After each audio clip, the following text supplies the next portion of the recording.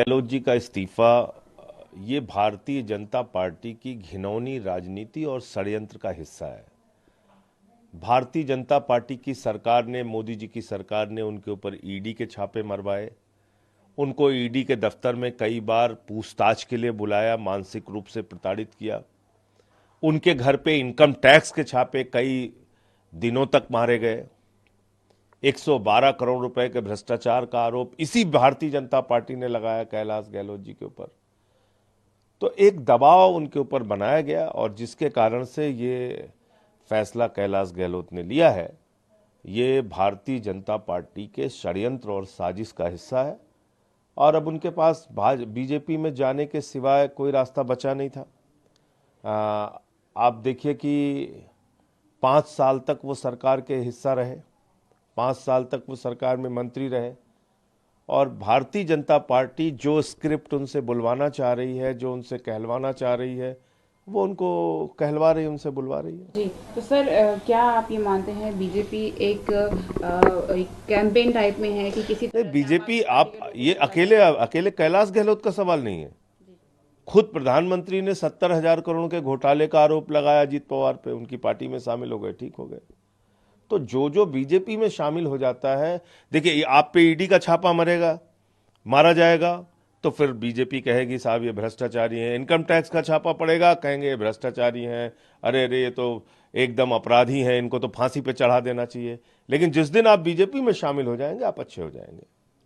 तो ये बीजेपी की घिनौनी राजनीति अकेले यहाँ नहीं, पूरे देश में चल रही है। कोई आप मैसी के उसको वही तो मैं कह रहा हूँ, मोदी वॉशिंग पाउडर सक्रिय हो गया है। दिल्ली चुनाव के पहले मोदी वॉशिंग मशीन सजा के रख ली गई है। अब उसमें देखिए आप कितने लोगों को ये शामिल करते हैं। गहलोत जी का इस्तीफा ये भारतीय जनता पार्टी की घिनौनी राजनीति और षड्यंत्र का हिस्सा है।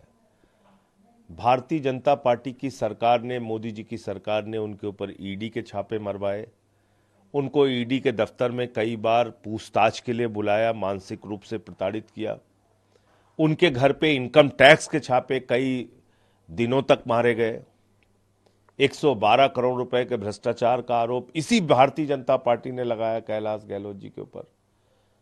तो एक दबाव उनके ऊपर बनाया गया और जिसके कारण से ये फैसला कैलाश गहलोत ने लिया है, ये भारतीय जनता पार्टी के षड्यंत्र और साजिश का हिस्सा है।